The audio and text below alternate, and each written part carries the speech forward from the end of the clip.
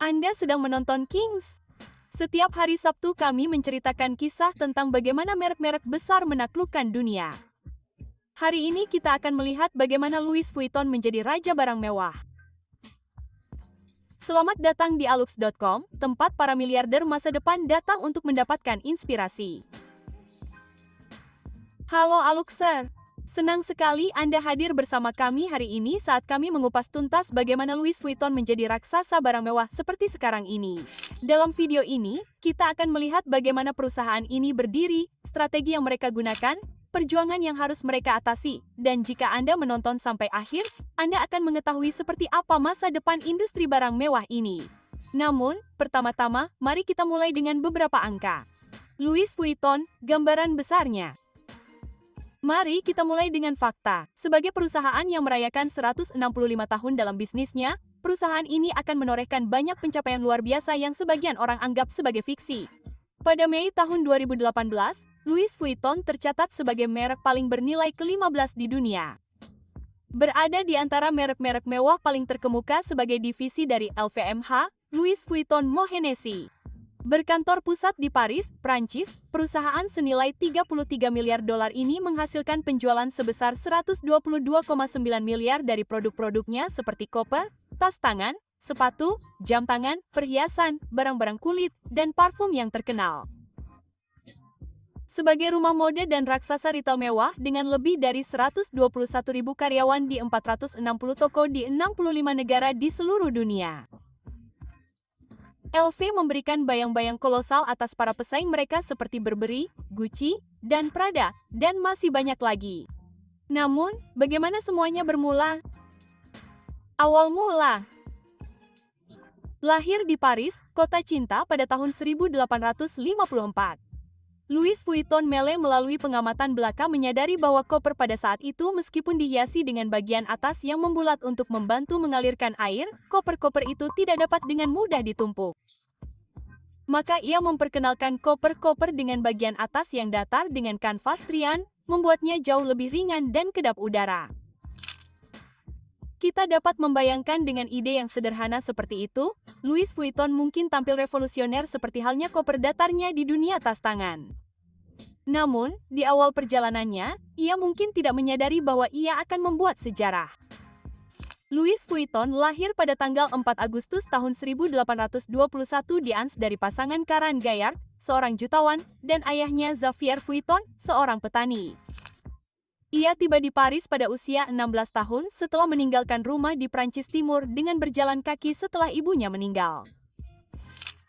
Ia menjadi murid Malsur Marichal sebagai pembuat dan pengepak kotak tempat ia tinggal selama 17 tahun. Pekerjaan yang mungkin kita anggap dalam masyarakat saat ini sebagai pekerjaan kelas bawah. Selama waktu itu, para pelancong menyewa pengrajin untuk membuat kotak guna melindungi dan mengemas barang-barang pribadi mereka. Karena pada masa itu kereta api, dan perahu merupakan moda transportasi utama. Jika Anda mengira barang bawaan Anda ditangani dengan kasar di bandara sekarang, bayangkan barang bawaan Anda di belakang kereta yang ditarik kuda. Menjadi sangat dicari karena jasanya, Louis Vuitton menarik perhatian permaisuri Prancis, Eugène Deontio, dan ditunjuk sebagai pengemas dan pembuat koper pribadinya. Anda mungkin tidak mengenali nama Eugène de Montio, tetapi mungkin Anda mengenali nama suaminya, Napoleon III. Ya, Raja Prancis pertama yang terpilih. Anda pasti tidak bisa meminta kesempatan yang lebih baik dalam berbisnis selain dipekerjakan oleh istri raja. Dengan kesuksesan seperti itu dan sekarang memiliki akses ke klien elit, Louis Vuitton mulai menerima pesanan pribadi dari tempat yang jauh seperti Mesir dari Khedive Ismail Pasha. Ia memperluas usahanya ke bengkel yang lebih besar di Assier, sebuah desa di luar Paris pada tahun 1859. Pada tahun 1870, Perang Prancis-Rusia menyebabkan bisnis Louis Vuitton terhenti. Konflik tersebut menimbulkan kerusuhan sipil dan mengakhiri kekaisaran Prancis. Ketika perang usai dan asap menghilang setahun kemudian, Louis Vuitton kembali dan menemukan desa dan tokonya hancur. Peralatan yang tidak hancur akibat perang dicuri, dan stafnya telah lama mengungsi dari kota. Terlepas dari situasi ini, Louis Vuitton berasal dari garis keturunan yang kuat dan bekerja dengan tekun. Dalam beberapa bulan, ia membuka kembali tokonya. Apalagi yang dapat Anda harapkan dari seseorang yang bersedia berjalan sejauh 300 mil untuk mencari kehidupan yang lebih baik? Dengan dibukanya kembali tokonya dan semakin populernya koper Louis Vuitton, para pembuat koper dan koper pesaing mulai meniru desainnya. Dalam upaya melindungi karyanya, Louis Vuitton mengubah desain kanvas Trianon menjadi garis-garis krem dan coklat. Namun, hanya 3 tahun setelah membuka toko pertamanya di Oxford Street, London, Louis Vuitton dihadapkan pada kenyataan bahwa replika desainnya kembali bermunculan.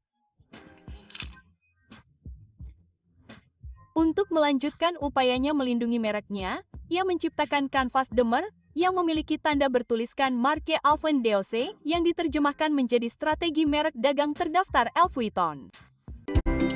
This viral magic mop cleans like magic, and it's flying off e-commerce shelves. New Merek dagang terdaftar Louis Vuitton. Louis Vuitton mulai memposisikan produknya sebagai merek global yang dipamerkan di berbagai lokasi di Paris dan di seluruh Amerika Serikat yang terus berlanjut bahkan setelah kematiannya. Ia dianggap sebagai pengepak spesialis bagi para pelancong cerdas yang pada masa itu tengah menjelajahi rute perdagangan dan pelayaran baru.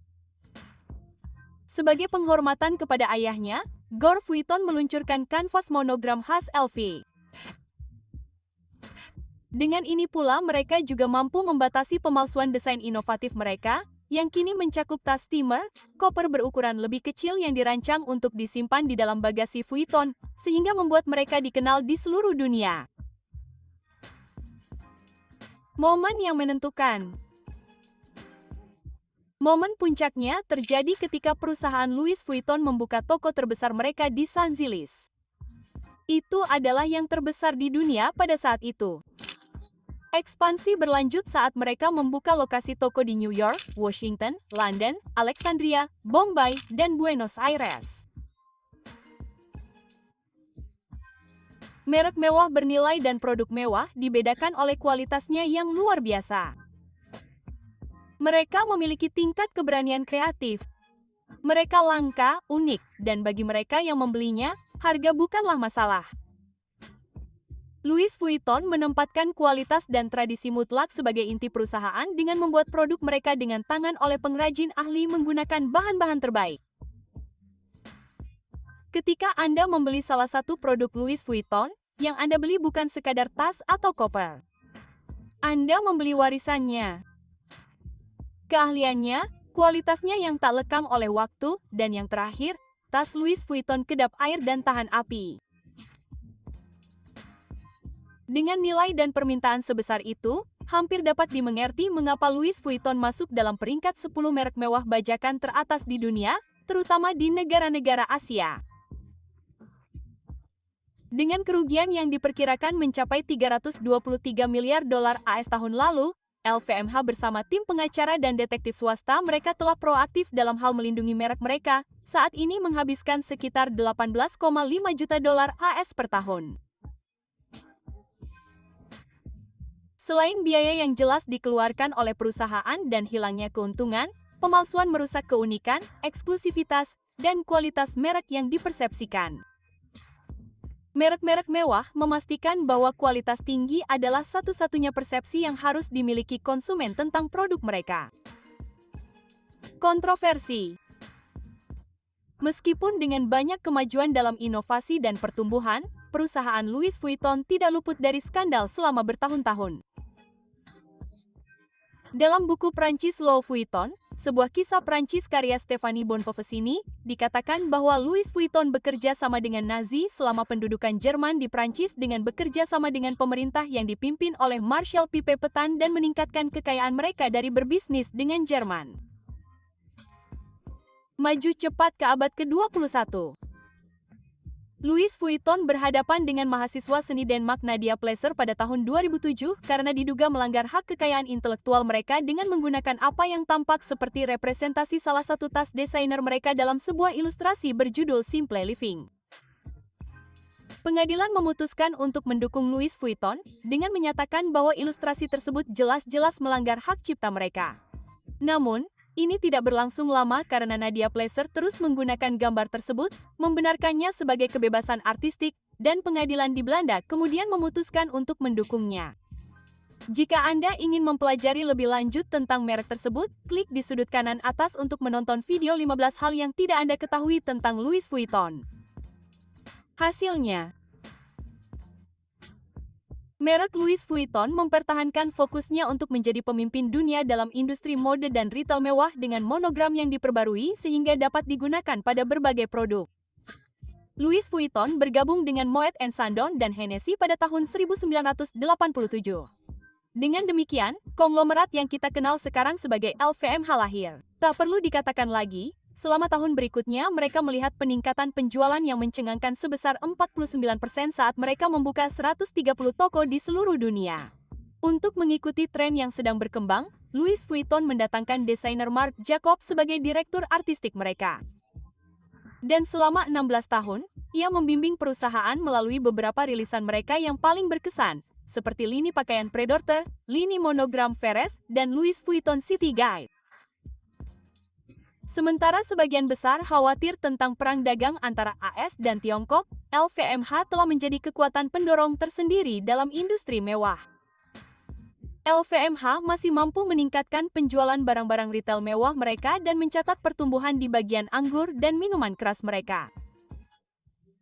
Kita dapat melihat dengan jelas dari masa magang Louis Vuitton Melier yang sederhana hingga perusahaan besar yang kini menjadi LVMH bahwa kesuksesan tidak terjadi dalam semalam dan Anda harus siap melalui banyak perang dan transformasi untuk menjadi sukses. Louis Vuitton masa depan telah menyadari bahwa konsumen menginginkan lebih banyak pilihan untuk menyesuaikan pembelian mereka. Jadi, mereka merasa memiliki barang yang unik. Dan sekarang ada minat yang semakin besar untuk melihat kolaborasi merek, terutama sejak kolaborasi sukses mereka dengan artis pop Jeff Koons dan kampanye toko pop-up mereka dengan Supreme, salah satu merek fashion jalanan paling berpengaruh. Kolaborasi kreatif tersebut menunjukkan inovasi dalam cara Louis Vuitton ingin terhubung dengan konsumen mereka. Bahkan, beberapa tahun yang lalu, dengan bantuan kepala digital baru mereka, Ian Rogers, LVMH meluncurkan 24/7, sebuah situs web untuk label Mose, salah satu departemen store LVMH di Paris. Situs web tersebut dirancang untuk memaksimalkan pengalaman pengguna dengan bagian-bagian eksklusif serta kesempatan untuk melakukan panggilan video dengan seorang penata gaya di Paris. Kita akan terus melihat Louis Vuitton sebagai bagian dari konglomerat ini mengakuisisi lebih banyak merek. Salah satunya adalah Christian Dior 2 tahun lalu senilai 13,1 miliar dolar. Baru-baru ini, mereka menunjuk Virgil Abloh sebagai direktur artistik pakaian pria yang memicu putaran kolaborasi lainnya. Moet dan Chandon menciptakan kolaborasi eksklusif dengan Virgil Abloh, merilis botol edisi terbatas yang dapat dibedakan dengan kata-kata "jangan jatuhkan" di sampingnya. Serta merek koper mewah Rimowa, yang kebetulan merupakan salah satu perusahaan yang juga dibeli LVMH 3 tahun lalu, bekerja sama dengan Virtual untuk menciptakan koper jinjing polikarbonat transparan yang unik. Dan kita tidak boleh lupa untuk menyebutkan kolaborasi LVMH saat ini dengan Fenty milik Rihanna, yang telah memberikan momentum bagi divisi parfum dan kosmetik mereka. Fenty Beauty telah dikembangkan bersama Kendo Holdings, inkubator grup LVMH untuk merek kecantikan selama 3 tahun terakhir. Jadi mengapa baru-baru ini saja yang menjadi perbincangan? Ketika Anda menciptakan produk yang memiliki 91 variasi eksklusif dengan Sephora dan mengatur peluncuran serentak di 1.600 toko di 17 negara, mungkin butuh waktu lama. Want to grow your business quickly? Come to madeinchina.com. Search for electric cars. B2 negara, mungkin butuh waktu lama. Tetapi CEO LVMH, Bernard Arnault, mengatakan, kami yakin untuk tahun 2019, yang dimulai dengan baik, tetapi kami tidak mengendalikan lingkungan global. LVMH telah mengawasi permintaan barang-barang mewah mereka di Tiongkok. Meskipun ada lebih banyak permintaan dalam 4 bulan terakhir, mereka masih mengamati pergeseran dalam pengeluaran konsumen. Meskipun ada ketakutan seputar perang dagang dan keluarnya serikat pekerja, pasar barang mewah pribadi telah mengalami peningkatan pendapatan selama 9 tahun terakhir. Meskipun menghadapi tren ekonomi yang berubah, transformasi digital, dan kebutuhan konsumen yang terus berkembang menciptakan lanskap kompetitif baru yang meniadakan strategi tradisional. Industri barang mewah akan terus tumbuh. Pertumbuhan ini secara luas disebabkan oleh peningkatan konsumsi di negara-negara Asia. Dengan munculnya teknologi dan pembeli barang mewah yang semakin mudah, merek-merek mewah harus berinovasi dan beradaptasi dengan kebutuhan mereka dan cara mereka berkomunikasi dengan klien mereka. Baik melalui pengalaman pengguna yang dipersonalisasi dengan augmented reality atau meningkatkan pengeluaran mereka untuk pemasaran melalui media sosial. Perhatian utama setiap perusahaan mewah saat ini di era digital ini adalah bagaimana tetap terhubung, bagaimana melibatkan konsumen dan tidak mengorbankan merek mereka atau kehilangan eksklusivitas. Louis Vuitton telah mencapai keseimbangan antara eksklusivitas dan aksesibilitas. Mereka tidak dapat memposisikan diri lebih baik lagi. Kami melihat mereka meningkatkan beberapa aplikasi daring mereka di masa mendatang agar tetap kompetitif. Namun, di kerajaan yang luas ini, mereka jelas merupakan raja. Sekarang, apa pendapat Anda, Alexa? Apakah Louis Vuitton masih relevan dalam persepsi Anda? Atau apakah Anda akan memilih merek lain? Beritahu kami pendapat Anda di kolom komentar di bawah. Terima kasih telah meluangkan waktu bersama kami, Alexa.